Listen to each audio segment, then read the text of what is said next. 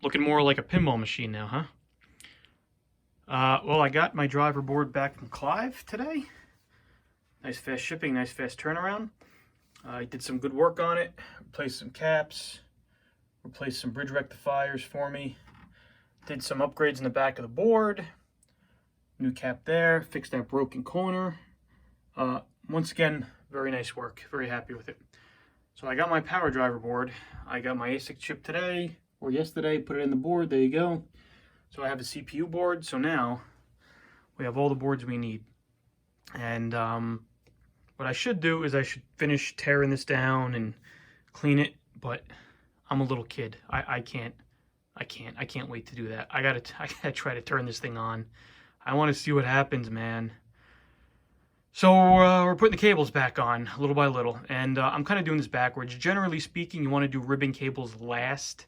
That way you could thread all the regular wires under them and then put the ribbon cables on over the regular cables. But I'm just kind of trying to get things straightened out. I could always pull the ribbon cables back off and put them back on if I have to. Little tip about the ribbon cables is a lot of people get confused which way they should go. Best way to do it is the red stripe is 1, and all these boards in some way, shape, or form will have pin 1 marked. You can see right there. If I can point it out to you, if you can't, it's kind of hard. Right next to my thumb, right? It says pin 1, and our red stripe's there. And then this winds all the way over. And then if we look here, you could see, actually you can't see, it's kind of under the edge of the connector, but J204 there, it says pin 1. All right.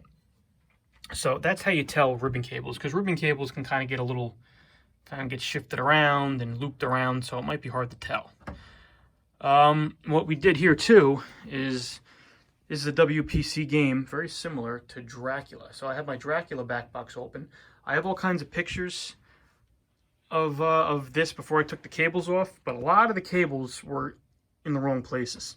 For example, this ribbon cable up here, which I did not remove and I took the head off, this was flipped around the other way backwards. So I flipped it back the way it's supposed to be.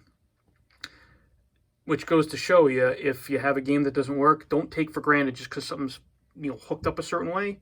Don't take it for granted that it's right. Do your due diligence and check. And I went through and I made sure my ribbon cables are correct. I have pictures of it before I took it off, so I can look at my pictures. I've also done this probably 100 times or close to it, so I'm pretty knowledgeable about where everything goes, but even I won't rush it. That's the best way to blow up a nicely fixed board. Just ask me about my whirlwind, I'll tell you.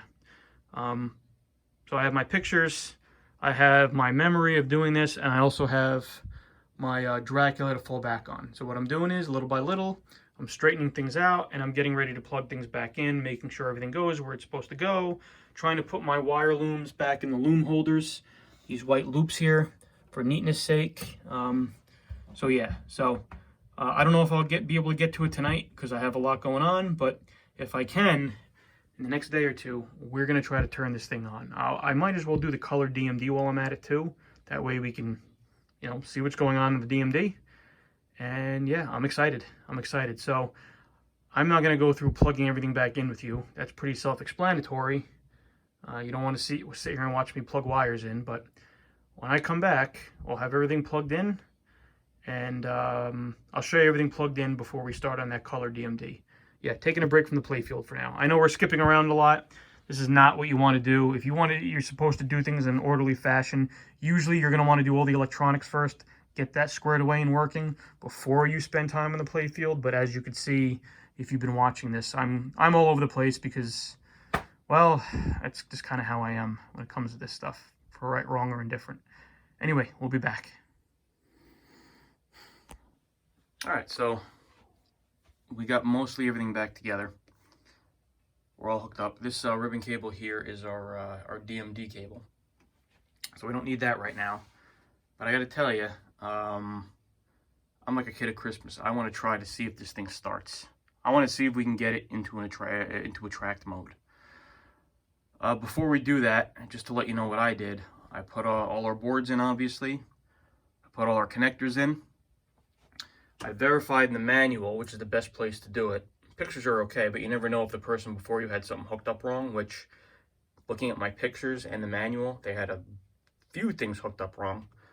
You always want to verify with the manual. The manual has a nice couple pages in there where it tells you what color wires should be hooked up to what connectors. So I verified that. That's done. The only thing I got to deal with now is this GI wiring, which is a mess, and we'll do a little separate video on that, and I'll show you kind of how I deal with stuff like this.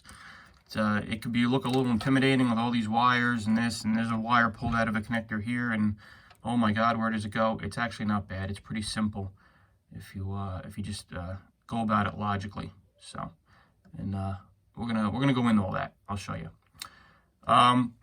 But I digress. What I want to do is I want to see if this thing boots into a track mode. Like I said, all my boards are in. I verified all my connectors. GI connectors I don't need. DMD cable I don't need. I don't have a speaker panel in here, right? I just have the cabinet speaker hooked up right now. And I've made sure I've gone into the play field. I've made sure there's nothing short into each other. We have coils hanging out down there from the pop bumpers. We have wires that are, you know, not connected to the flippers. I made sure nothing's touching anything it shouldn't be. We're all pretty good down there. So we're safe. I didn't try to start this yet. That's the God's honest truth. So if this blows up, well, yeah, it'll blow up in grand spectacle for show, right? So let's give this a whirl. Let's get our old power button here and see what it does. Oh, would you look at that?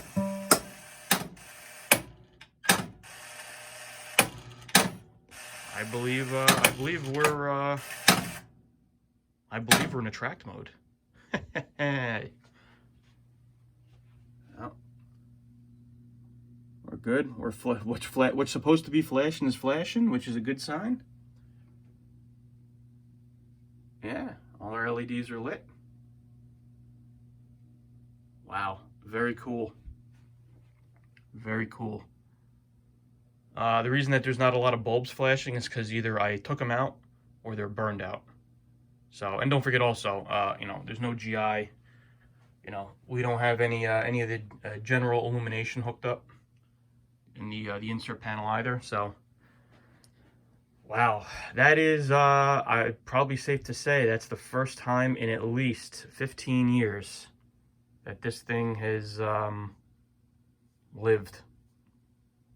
So, well, now we know we have life. That's even more of a motivation to get this thing done. So when we come back, I'll tackle these general illumination connectors here. We'll get that done. And also, if I want to test this thing, right, and see what it can do, I got to put the DMD on, and I should probably hook up the back box speakers. So we'll do that when we come back. Quick note too is I also, when I installed everything, before I started anything up, I installed my 3 AA lithium-ion batteries. Right, no alkalines. Just spend the extra money for the lithium-ion batteries, because if you forget to change them, they won't leak and destroy everything like the alkalines did with the other CPU board. So, all right, very cool. Now I can go to work and and be happy. So, we'll come back either later today or tomorrow.